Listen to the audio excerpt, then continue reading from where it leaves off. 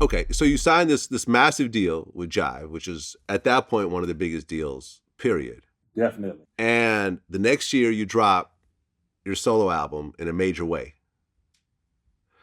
with the Rolex on the cover. And, me and Richie Rich were talking about this in our interview about how the Rolex Presidential is such an iconic Bay Area status symbol. Yep. That you go and even put it on your first album cover, your first major label album cover. First major label album cover, yes. Yep. I have 3 Rolex Presidentials myself in all the different colors. Yeah. They don't play That's out. how they don't play out. That's how important it is. Yeah, I have white gold, rose gold, and yellow gold. They all keep its value. They keep their value. I keep them, plain Jane. And if I ever want to switch it up.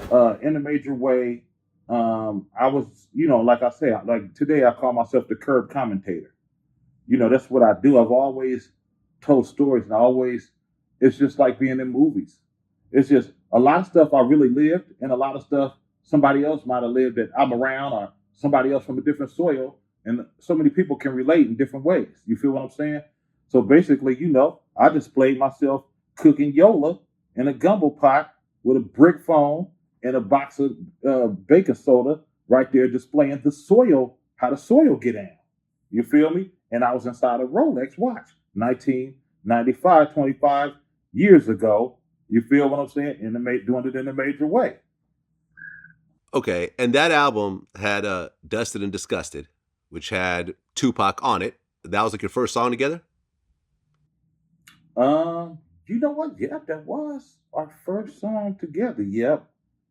But we when he came to the studio earlier, before that, I think, no, that was our, well, we did one with the Click, Studio Tone. We didn't finish it all the way out. Of course, he laid his lyrics because he was a quick writer. You know what I'm saying? So I think that was before. I think that was 94 when we did the one with the Click. And but that was our far as me and Tupac, and Spice One. Who else was on there? Cousin Mac Mall, Spice One, and Richie Rich kind of says a little line on there. Rich was there. Rich said something on there. Yep, he did. Yep. He talked about that in our interview. 40 did Dusted and Disgusted. I remember that. Mm-hmm. And Tupac was on that record. 40 wanted me on that record. And I told 40 the situation with Jed. So instead of putting 40's record or song in a sticky situation, 40 came up with an idea where I would just say a couple words on this one part and not actually do a verse. So I think Spice One was on that record too. It was a big record. And it's a part on there where 40 say, I say, what's the definition of a lick? And then 40 say, taking a shit. And I say, put that on something. He say, I put that on the click. So my voice was on the record, but not enough to really kick up no dust with Jed. He was actually he was getting sued by his ex-partner. And who was? He talked about Richie Rich. Oh, yeah. Oh, yeah. By Jed, he was being sued, so he couldn't really do features. But by him just talking on that, he said he kind of got around that. Yeah, because we were just sitting there just vibing, and Sam Bostic and Mike Mosley. Mike brought the beat to me. He kept on saying, "You ain't start writing to that thing yet." He said, "You scared of that beat?" Because I had that beat for a couple of weeks, and he was like, "You scared of it? You scared of it?" And I was like, "No, I ain't. I ain't scared of that beat." Right. And that's the way how we do it. We influence each other by saying that, like we use reverse psychology. Oh man, you ain't finna do that. You scared of that shit. You know what I'm saying?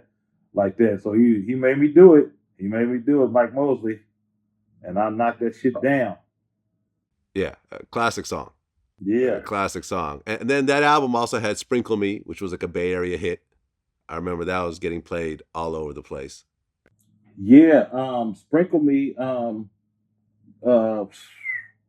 my God, that song is so iconic. Like you wouldn't believe the people who love that record. You wouldn't believe it. You'd be like, man, I remember Sprinkle Me. That was my shit, man. Some people coming to me, man, I was a little kid, man. My mama used to play that, and I was only 4 years old. And I'm like, this shit crazy, you know what I'm saying? Now I play it for my kids, So yeah, Sam Bostic and Mike Mosley did that one too. Okay, and that album hit number 13 on the Billboard charts. And without any really huge singles, it goes platinum. Yeah. So you're off to the races at this point. Yes, sir. You now have a platinum album on your major label debut. Yeah. And then 8 months later, The Click drops Game Related.